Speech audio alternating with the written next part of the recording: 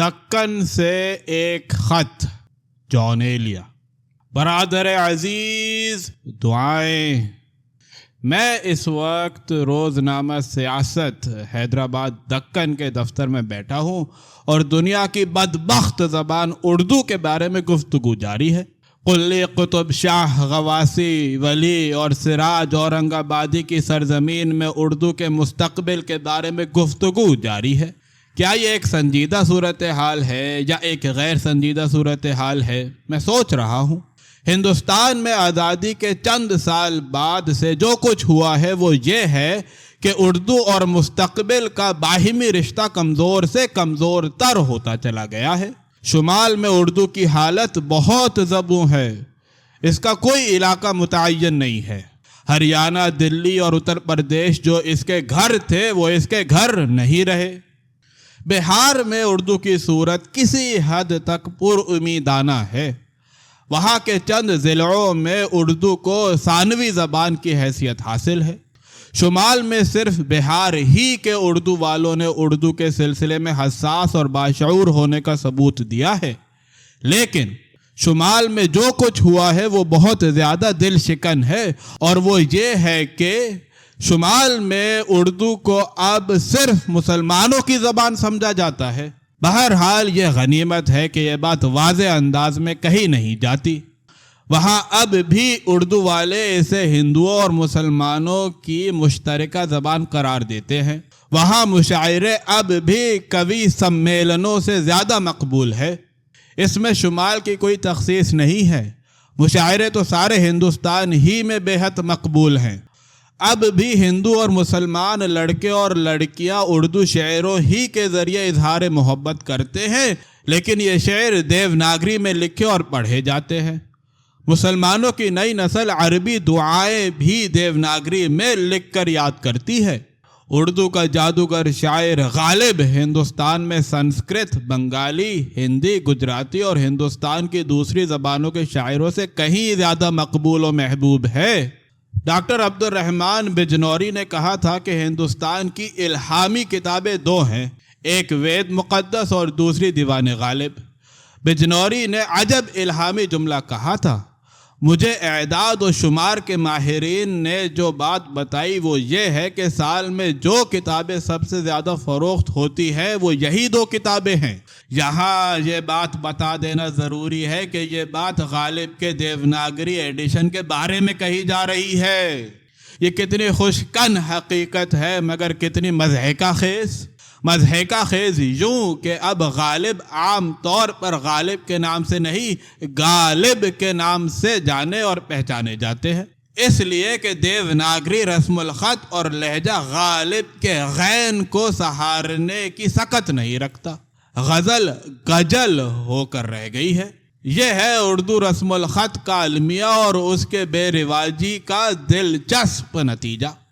ہریانہ، دلی اور اتر پردیش کے اردو والے اردو رسم الخط کے حق میں جتنے بے حس بلکہ بے ضمیر ثابت ہوئے ہیں، اس پر ان علاقوں کی ہر پختہ دیوار سے سر ٹکرایا جانا چاہیے، مگر سر ٹکرانے والا کوئی بھی نہیں ہے۔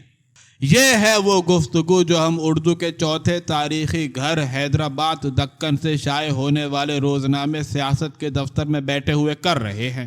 ہندوستان کے سب سے بڑے اخبار روزنامہ سیاست کے دفتر میں یہاں کی صورتحال یعنی جنوبی ہند کی صورتحال شمال کے مقابلے میں نمایاں طور پر مختلف ہے۔ جیسا کہ میں نے کہا، شمال میں اردو کو ہندوؤں اور مسلمانوں کی مشترکہ زبان کہا جاتا ہے، جو ایک ناقابل تردید نظری صداقت ہے۔ جنوبی ہند میں بھی اردو کو کسی ایک مذہب کے ماننے والوں سے مخصوص نہیں کیا جاتا، یہاں بھی اس کو ہندوؤں اور مسلمانوں کی مشترک زبان کہا جاتا ہے، مگر اس موقع پر جو بات قابل ذکر ہے وہ یہ ہے کہ یہاں کے اردو والے عملی حقیقت کو زیادہ قابل توجہ سمجھتے ہیں۔ یہاں اردو والوں سے وہ مسلمان مراد ہیں جن کی مادری زبان اردو نہیں ہے بلکہ تامل، تیلگو یا ملیالم ہے۔ ان لوگوں نے اردو کو اختیاری زبان کے طور پر قبول کر لیا ہے اور وہ اسے اپنی عزیز ترین متاع سمجھتے ہیں۔ چنانچہ یہاں اردو رسم الخط اور اردو تعلیم کی بنیاد شمالی ہند کے مقابلے میں کہیں زیادہ مضبوط ہے۔ اب سے کئی صدی پہلے ہندوستان میں دکن اردو کا سب سے بڑا تخلیقی اور تعلیمی مرکز تھا اور اردو وہاں کی سرکاری زبان تھی۔ اس کے بعد ستمبر 1948 تک ریاست حیدرآباد کی علمی، تعلیمی اور سرکاری زبان اردو ہی رہی۔ اب بھی یہاں اسے صرف بول چال کی زبان کی حیثیت نہیں بلکہ قابل ذکر حد تک علمی، تعلیمی اور تخلیقی زبان کی حیثیت حاصل ہے۔ شمال میں اردو صرف بول چال کی زبان بنتی جا رہی ہے اور ہے یوں کہ اردو اب بھی سارے ہندوستان کی مشترک بولی ہے، بس یہ ہے کہ اسے اردو کے بجائے ہندی کے نام سے یاد کیا جاتا ہے۔ بہرحال جنوب میں اسے باقاعدہ ایک زبان کی حیثیت حاصل ہے، اس لیے کہ وہاں کے اردو والوں نے اپنے احساس، تاثر اور عقلیت کی ایک تاریخی حقیقت کو دریافت کر لیا ہے، اور وہ حقیقت ان کے خیال میں یہ ہے کہ یہ سب ہماری مادری زبانیں ہیں اور اردو ہمارے نفسیاتی، فکری اور اعلیٰ تہذیبی تشخص کی زبان ہے۔ میں نہیں جانتا کہ وہ جس حقیقت تک پہنچے ہیں، تاریخ غیر جانبدار تاریخ اس حقیقت سے کتنی مناسب اور مطابقت رکھتی ہے یا اس کے حق میں کتنی سازگار ہے، لیکن جنوب کے یہ اردو والے اپنے طور پر جس حقیقت تک پہنچے ہیں وہ یہی ہے۔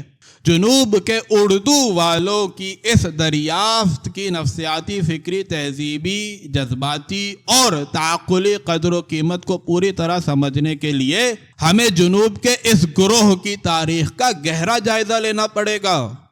جن ماہرین نے اس تاریخ کا گہرا جائزہ لیا ہے ان کے نزدیک اس گروہ کی یہ دریافت پوری طرح قابل فہم ہے اور اس کا محض جذباتیت سے کوئی تعلق نہیں ہے۔ اردو زبان پہلے علاء الدین خلجی اور پھر محمد تغلق کے عہد میں دلی سے دکن گئی تھی۔ وقت گزرنے کے ساتھ ساتھ وہاں اردو نثر اور شاعری کا ظہور ہوا، خاص طور پر دکن شاعری کا پہلا عظیم الشان مرکز قرار پایا۔